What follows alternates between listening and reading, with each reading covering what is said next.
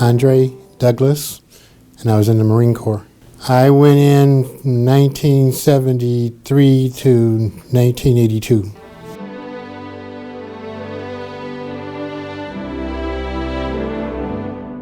I was in the Vietnam area, but I couldn't go overseas because my brother was over there at the time, and they wouldn't allow us to do that. Was your brother also in the Marine Corps? Yeah, he was also in the Marine Corps.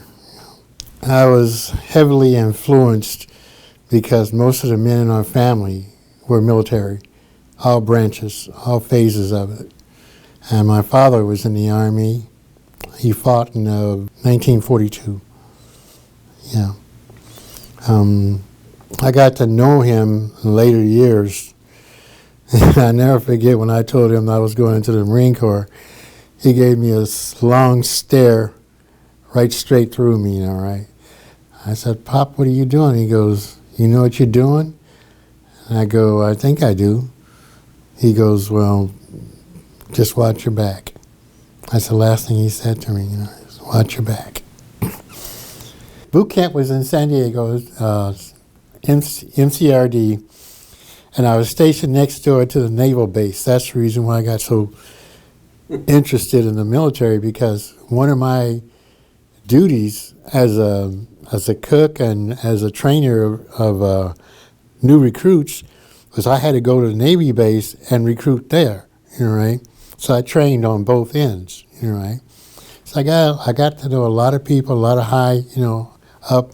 The military really influenced me a lot because I came in as a cook, right?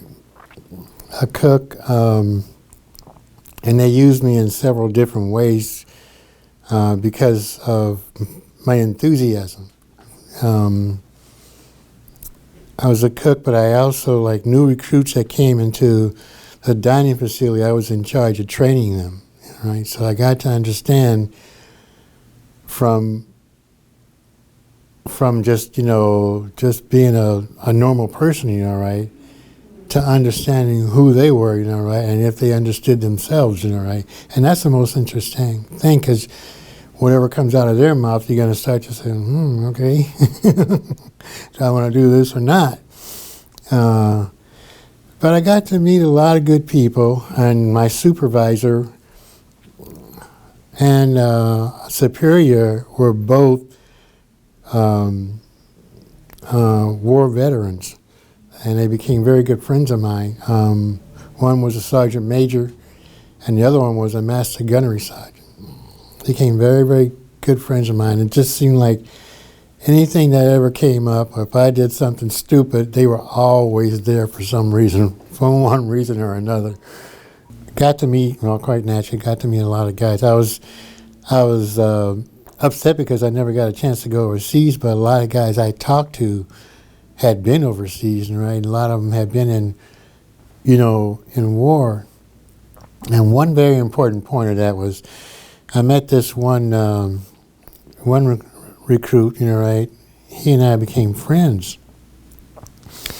And when it came down to them detailing where you were going to go at the end of boot camp, he got the Vietnam War.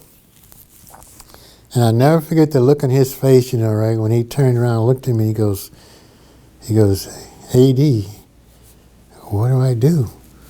I said, the only thing I can tell you is you got to go, right? He goes, but I told him that, I said, "You'll always be a friend of mine, always."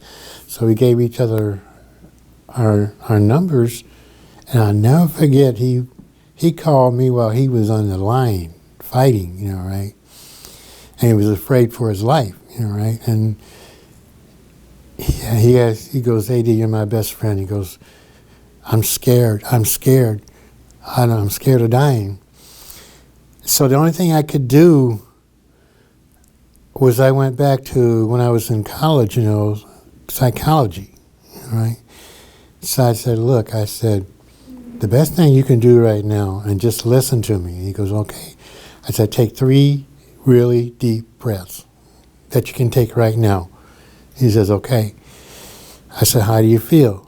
He goes, "I feel better, but I'm still scared." I said, "What I want you to understand is who you are, and what you matter to yourself and to the world.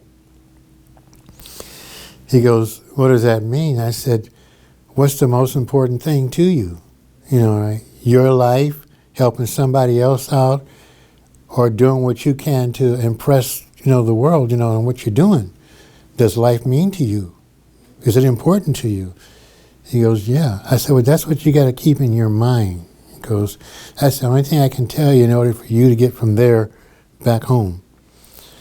And when he did come back, I didn't even get a chance to just say hi. He just grabbed me, right? And said, man, thank you. He goes, I remember everything you said. He goes, if it wasn't for you, I wouldn't have made it.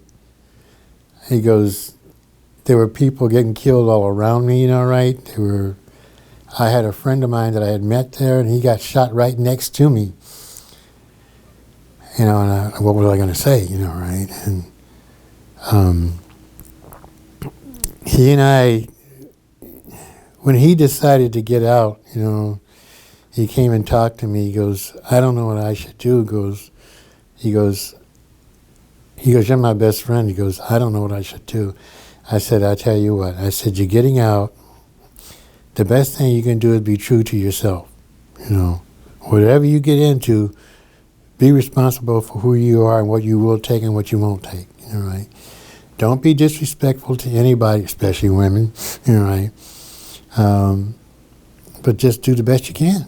I didn't know that the sergeant major was standing behind me when he heard me tell this guy this. And he called me in the office. He goes, I appreciate what you just said. He goes, a lot of people don't get that kind of conversation. And a lot of people don't understand it. He goes, but when you're in wartime and you know that there's a chance of you losing your life, right, then you ask yourself, what am I doing here? And he asked me then, he goes, are you upset about anything? I said, yeah, I wanted to go to Vietnam. He goes, why? I said, because it's important to me. And I want the world to know and myself to know I matter. And these guys that are fighting on the line are just not fighting for themselves. They're fighting for us here at home.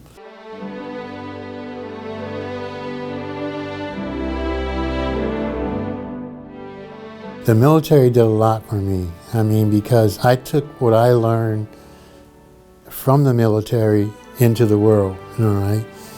And more times than not, I use the military as a focal point before I would even use my own focal points, right? I would always listen to the news and hear this and hear that, right? And I could